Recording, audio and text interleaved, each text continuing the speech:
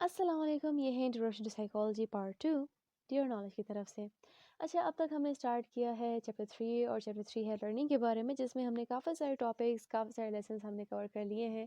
हमने ये भी सीखा लर्निंग क्या चीज़ है, हमने वन पेवलोव के बारे में सीखा और ऑपरेंट कंडीशनिंग को जो है हम उसमें भी जितने टॉपिक्स कवर हो सकते हैं तो हम कवर कर रहे हैं।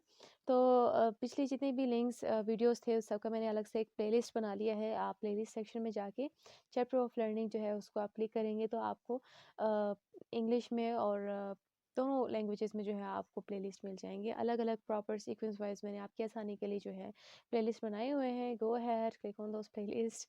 और इसके अलावा जो हमने स्टार्ट किया था वो है द कॉन्सेप्ट ऑफ रीइंफोर्समेंट।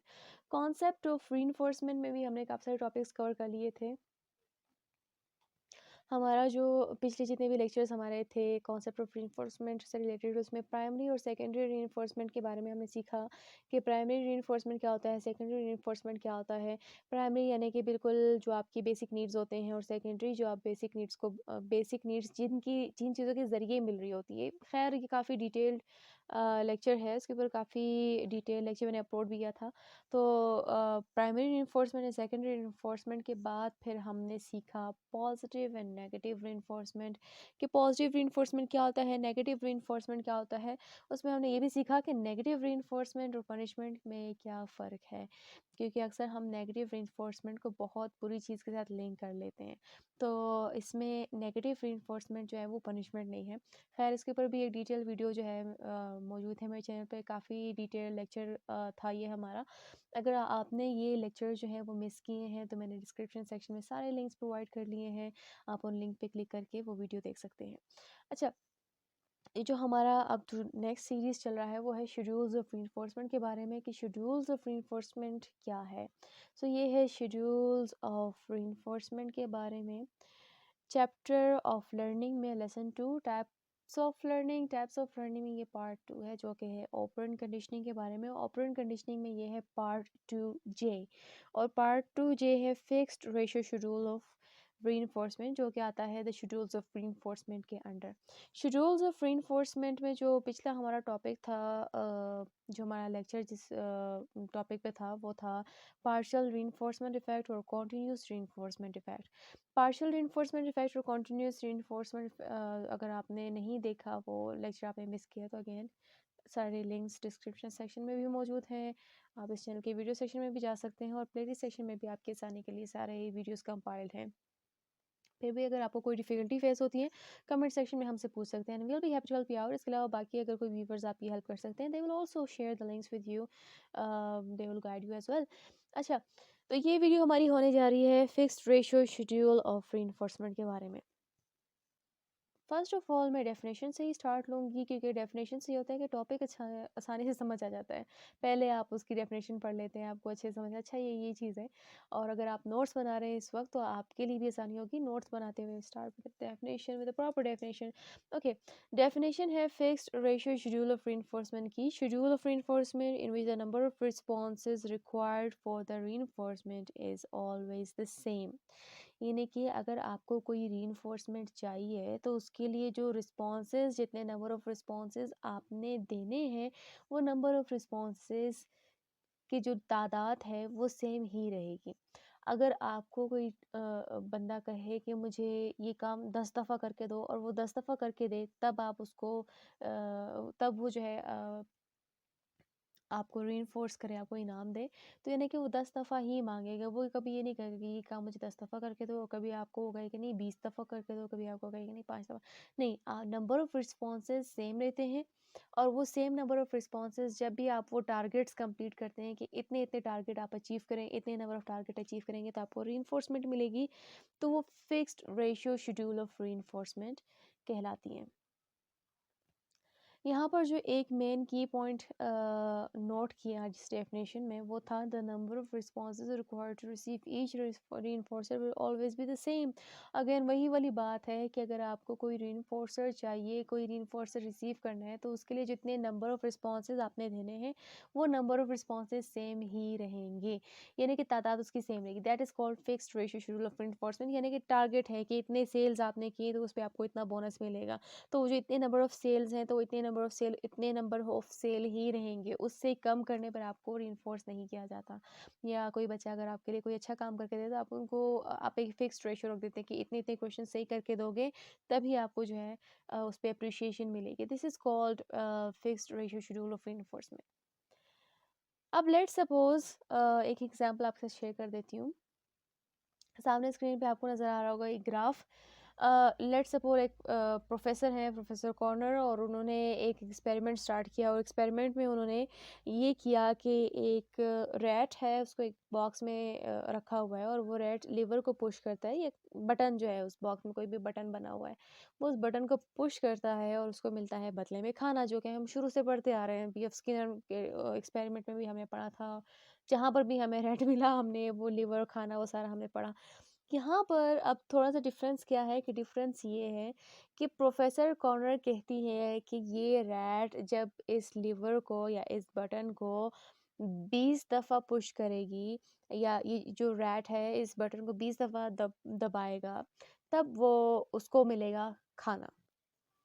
अब वो रैट क्या कर रहा है कि 20 दफ़ा पुश कर रहा है लीवर को और उसके बाद उसको मिल रहा है खाना। तो यहाँ पर अगर वो रैट 20 दफ़ा से कम पुश कर रहा है, लेकिन अगर वो 10 दफ़ा बटन पुश करता है, या 5 दफ़ा पुश करता है, या वो 8 दफ़ा पुश करता है, तो उसको उस पे खाना नहीं मिलता। जब वो 20 दफ़ा पुश करना या 20 टाइम्स पुश करना जो है वो कंप्लीट हो जाए, तब उसको खाना मिलता है। तो रैट यही चीज़ सीख लेता है कि 20 टाइम्स, यानी कि वो ये चीज़ सीख लेता है कि कितनी दफ़ा इस लीवर को या इस बटन को पुश करने से मुझे फूड मिलता है। तो यहाँ पर अगर आप लेफ्ट साइड पे ग्राफ देखें, तो इसमें जो ये कट से लगी है, दिस इज़ कॉल्ड ब्रेक।